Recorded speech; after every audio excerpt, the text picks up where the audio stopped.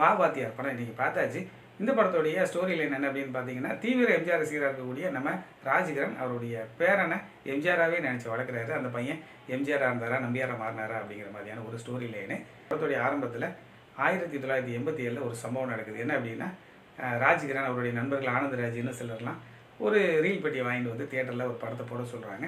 குடியிருந்த கோயில். அப்போ அவர் சொல்கிறாரு, எம்ஜிஆர் இப்படி ஹாஸ்பிட்டலில் இருக்கிறாரு, அவரை பார்க்க போக முடியல தலைவரை, அதனால் அந்த படத்தை போடுப்பா அப்படின்னு சொன்னாங்க. அந்த படத்தையும் ப்ளே பண்ணுறாங்க. திடீர்னு படம் ஸ்டாப் ஆகுது. என்னன்னு கேட்டால், அந்த ஆப்ரேட்டர் வந்து சொல்கிறாரு, ஆனால் தலைவர் இறந்து போனார். அம்மா இவங்க ரொம்பவே சோகமாகறாங்க. அப்போ ஒரு நபர் வந்து சொல்கிறாரு, உங்களுக்கு பேரன் பிறந்திருக்கிறான் அப்படின்னு.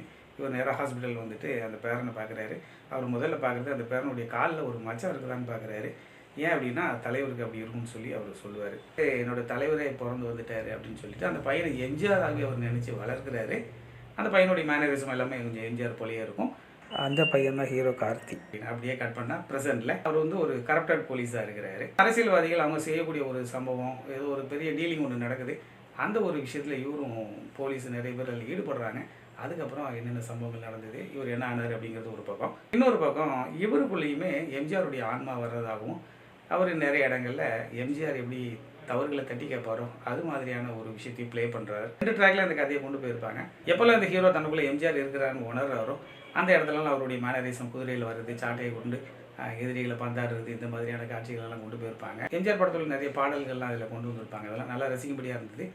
ஆசை முகங்கிற படத்தில் எம்ஜிஆர் மவுதார்கன் வாசிப்பார். அந்த மியூசிக்லாம் கூட இதில் ப்ளே பண்ணியிருப்பாங்க. தேவையில்லாத ஒரு ஆணின மாதிரி நம்ம கதாநாயகி வராங்க. கார்த்தி வந்து தனக்கு கொடுக்கப்பட்ட வேலையை ரொம்பவே நேர்த்தியாக பண்ணியிருப்பார்.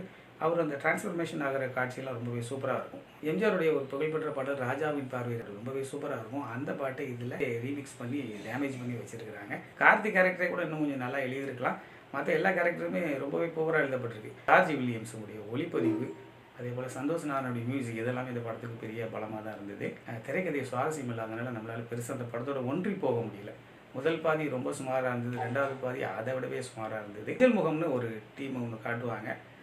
அதை கூட எனக்கு கொஞ்சம் சுவாரஸ்யப்படுத்தி சொல்லியிருக்கலாம். அதுவுமே பெரிய அளவில் நம்மளை இம்பாக்ட் பண்ணவே இல்லை. இந்த படத்தில் நம்ம மனசில் நிற்கிற மாதிரி காட்சினா, அந்த ஆரம்பத்தில் ராஜ்கிரண் அந்த தேட்டரில் சினிமா பார்க்குறது, அப்புறம் பேரம் பார்க்குறது, இந்த காட்சி ஒன்று தான் மனசில் நிற்கக்கூடிய காட்சியாக இருந்தது. அதுக்கப்புறம் பார்த்த எந்த சீனுமே நம்மளோட ஒட்டவே இல்லை.